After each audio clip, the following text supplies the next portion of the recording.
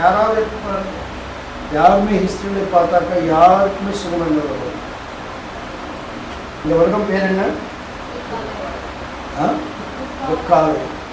ஆனால் நீங்கள் யாருக்கிட்டாவது போகிறீங்க. இப்போ இந்த கவுன்சிலிங் கீசிங்கெல்லாம் பண்ணாங்க இல்லையா, சாஸ்திரங்கள் எல்லாம் பார்க்குறாங்க இல்லையா. இப்போ பாமிஸ்ட்ரி, நியூமராலஜி, அஸ்ட்ராலஜி என்னென்னமோ வந்துடுச்சு இல்லையா. அத்தனை பேர்களும் ஒன்றே ஒன்று சொல்லிக் கொடுக்குறாங்க. என்ன சொல்லிக் கொடுக்குறாங்க? எப்படி இந்த உலகத்திலே சுகமயமான வாழ்க்கை வாழணும் இல்லையா. ஐயோ உங்களுக்கு இது சரியா இல்லை, இந்த காலம் சரியா இல்லை, இந்த மந்திரம் பண்ணித்தரேன், ஒரு 5000 கட்டுங்கோ, மந்திரம் பண்ணித்தரேன், உங்களுக்கு உங்கள் வாழ்க்கை நலமாக இருக்கும். நியூமராலஜி போனாக்கா ஐயோ இந்த நம்பர் சரியா இல்லை, இந்த நம்பர் படி பண்ணுங்க சரியாக போயிடும் இல்லையா. பாமி சேவா உங்கள் ரேகஸ் இது சரியா இல்லை, இது பண்ணாக்கா உங்களுக்கு சரியாக போயிடும். எல்லாம் எல்லோரும் என்ன சொல்லிக் கொடுக்குறாங்க? என்ன சொல்லிக் கொடுக்குறாங்க? நானே சொல்லணும் உங்களுக்கு, சுகமயமான வாழ்க்கை எப்படி வாழணும்னு சொல்லிட்டு கொடுக்குறாங்க. அதில் லாபம் இருக்கா யாருக்காவது? இப்போ நைட் ஆயிடுச்சு, சூரியன் போய்விட்டான். இந்த நாளில் யாராரு சுகமயமான வாழ்க்கை வாழ்ந்தாங்களோ அவங்களுக்கு இருந்தால், யார் கஷ்டத்தை எதிர்பார்த்தாங்களோ அவங்களுக்கும் டே முடிஞ்சிருச்சு. 2 பேருக்கு டே ஆயிடுச்சு. இதில் லாபம் பெற்றவனுக்கு இப்போ பார்த்தாக்கா ஒன்றும் லாபம் இல்லை, நஷ்டம் பெற்றவனுக்கு எந்த நஷ்டமும் இல்லை. 2 பேருமே வெளியே வந்து விட்டாங்க இல்லையா. இந்த உலகத்தில் ஆக்சுவல் நம்ம பண்ணுறது என்ன? இப்போ பண்ணுறது எதற்காக? இப்போது நம்ம பண்ணிக்கொண்டு இருக்கிறது எதற்காக? அடுத்த சமயத்துக்காக, நாளைக்காக இப்போது நம்ம பண்ணிக்கொண்டு இருக்கின்றோம். இந்த உலகத்தில் எல்லோரும் என்ன சொல்லிக் கொண்டிருக்கிறார்கள்? எப்படி சுகமயமான வாழ்க்கை வாழணும் என்று. ஆனால் ஒன்று சொல்லிக் கொடுக்கறதில்லை. என்ன சொல்லிக் கொடுக்கறதில்லை? நம்ம இன்னைக்கு பண்ணுறதெல்லாம் நாளை நலத்துக்காக பண்ணி கொண்டிருக்கின்றோம் இல்லையா. நான் ரிப்பீட் பண்ணணும். இன்றைய தினம் நம்ம பண்ணி கொண்டு இருக்கிறதெல்லாம் நாளை வருங்காலம் அதில் சுகமயமான வாழ்க்கை வாழணும் என்றதுக்காக இன்னைக்கு எல்லாம் பண்ணி கொண்டிருக்கின்றோம். ஆனால் எல்லோரும் எல்லாம் சொல்லிக் கொடுத்திருக்கிறாங்க, எப்படி சுகமயமான வாழ்க்கை இப்பொழுது வாழலாம் இருக்கு. ஆனால் ஒன்று சொல்லிக் கொடுக்கறதில்லை. அது என்ன? இன்றைய தினம் யாராவது சுகமயமான வாழ்க்கை வாழ்ந்தாங்களோ, யாராவது கஷ்டமயமான வாழ்க்கை வாழ்ந்தாங்களோ எல்லோருக்கும் இப்போ சூரியன் போய்விட்டாங்கிறது, எல்லோரும் தூண்டு போகிறாங்க. என்ன சொல்லிக் கொடுக்கறதில்லை?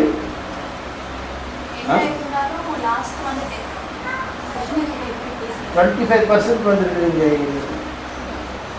என்ன சொல்லிக் கொடுக்கறதில்லை? அது சொல்லிக் கொடுக்கறது பகவத்கீதை.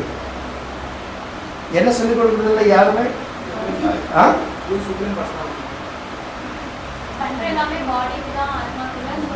நீங்க கன்ஃபியூஸ் பண்ணிட்டீங்க. எப்படி? ஸ்பெகுலேஷன்.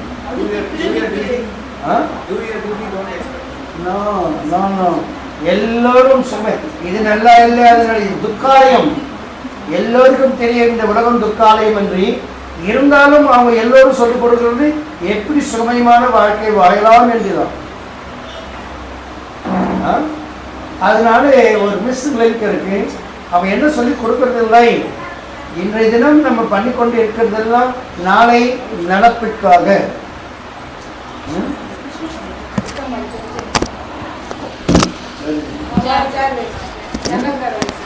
நான் சொல்றது உங்களுக்கு ஒன்றும் புரியவில்லை. கேள்வியாவது நான் சொல்றது புரியுதா உங்களுக்கு? ஒரு இம்பார்ட்டன்ட் பாயிண்ட் சொல்லிக் கொடுக்கறது எல்லாம் அது ஒரு பகவத்கீதை தான் சொல்லிக் கொடுக்கிறது. அது என்ன? இந்த உலகத்தில் எல்லோரும் எப்படி சுகமயமான வாழ்க்கை வாழலாம் என்றுதான் சொல்லிக் கொடுக்கிறார்கள். ஆனால் எப்படி இந்த உடலை நம்ம விடணும்,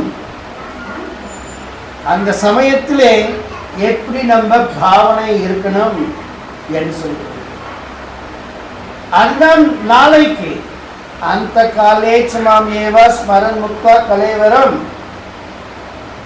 ஏக் நாமேன கௌந்தேய ஜெகத்வித் பரிவர்த்ததே.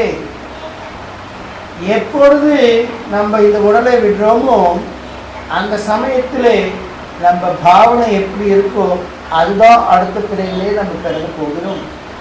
இந்த வாழ்க்கை சுகமாக வாழ்ந்தோமோ கஷ்டமாக வாழ்ந்தோமோ அதில் பற்றி ஒன்றுமே இல்லை. அது நெக்ஸ்ட்டு என்னவென்று அது சொல்லி தராது.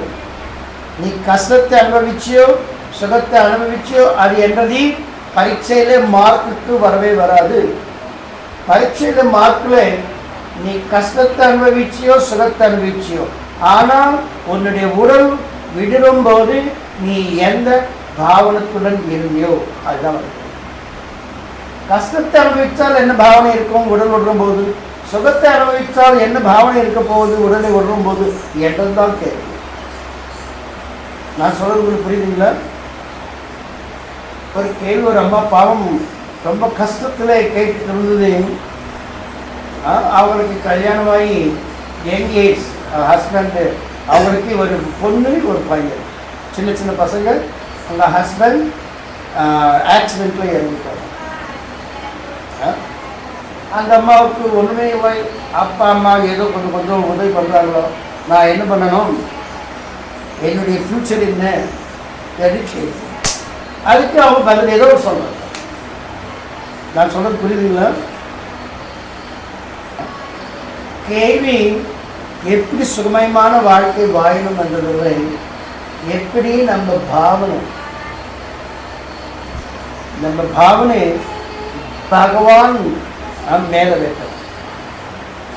அப்போதான் நம்ம இந்த உடலை விட்டும் போது நம்ம பகவான் உலகத்துக்கு போகணும். இது எல்லாம் சொல்லி கொடுக்கறதுக்காக தான் பகவான். அவங்களை புகழ் பண்ணுறதுக்கு இவங்களை புகழ் பண்ணுறதுக்கு அதுக்கு இதுக்கெல்லாம் அவ்வளோ அவசியம் இல்லை. நம்ம எல்லோரும் சொல்லிக்கலாம் நானும் அம்மா அப்பா இருந்துட்டு, ஆனால் குழந்தைக்கு ஏதாவது ஜுரம் வந்துட்டு அவங்க ஒன்றும் பண்ண முடியாது. டாக்டருக்கு ஒழுங்காக போகணும். ஏன் மருந்து கொடுத்தாலும் சில சமயத்தில் நோய் குணமாகாது. ஆப்ரேஷன் சக்ஸஸ் ஆனாலும் பேஷண்ட்டு உயிரோடு இருக்கிறதுக்கு கேரண்டி இல்லை. ஏன்? ஆனால் எல்லாத்துக்குமே அந்த பகவானுடைய ஆணையே இருந்தால் மயா அத்தியக்ஷேன பிரகிருதி சூயத்தே சத்ராட்சி. இந்த உலகத்தில் இருக்கிற அத்தனை மக்களுக்கு புத்தி பிரஷ்டமாக இருக்குது. மன சஷ்டியானி இந்திரியானி பிரகிருதிஸ்தானி. இந்த மனசை கண்ட்ரோல் பண்ண முடியும். இந்த வாழ்க்கையில் நான் நல்ல அதிகத்தில் அதிகம் பைசாவாளவாக இருக்கணும், மில்லியனராக இருக்கணும், கோடீஸ்வரராக இருக்கணும், கரோடு பற்றி என்ன ப்ரோக்ராம் கூட வருது இல்லையா? ஹூ பிகம் கரோடு பற்றியா? யார் நான் ரெடி நீ ரெடியா என்னென்னமோ சொல்கிறாங்க இல்லையா? இதனாலே நம்ம வாழ்க்கை சக்ஸஸ் ஆக போகுது. வாழ்க்கையின் நோக்கம் அதுவில்லை. அதிகமான பணத்தை பெருகவும் என்பது வாழ்க்கையின் நோக்கமில்லை. ஒரு பரீட்சையிலே பாஸ் ஆகணும், அதுதானே நோக்கம். எதற்காக 6ஆம் கிளாஸ் படிக்கிறாங்க பசங்க? அவங்க ஃபைனலில் வைக்கிற பரீட்சையிலே பாஸ் ஆகணும். அப்புறம் 7ஆம் கிளாஸ் போக முடியும் இல்லையா? நம்ம இந்த ஜெயிலில் இருக்கிறோம், ஜெயிலில் இருந்து விடுதலை ஆகணும் என்றால் அவங்க பண்ணுற பரீட்சையில் நம்ம பாஸ் ஆகணும். ஃபெயில் ஆகிட்டாங்க திருப்பி ஜெயிலில்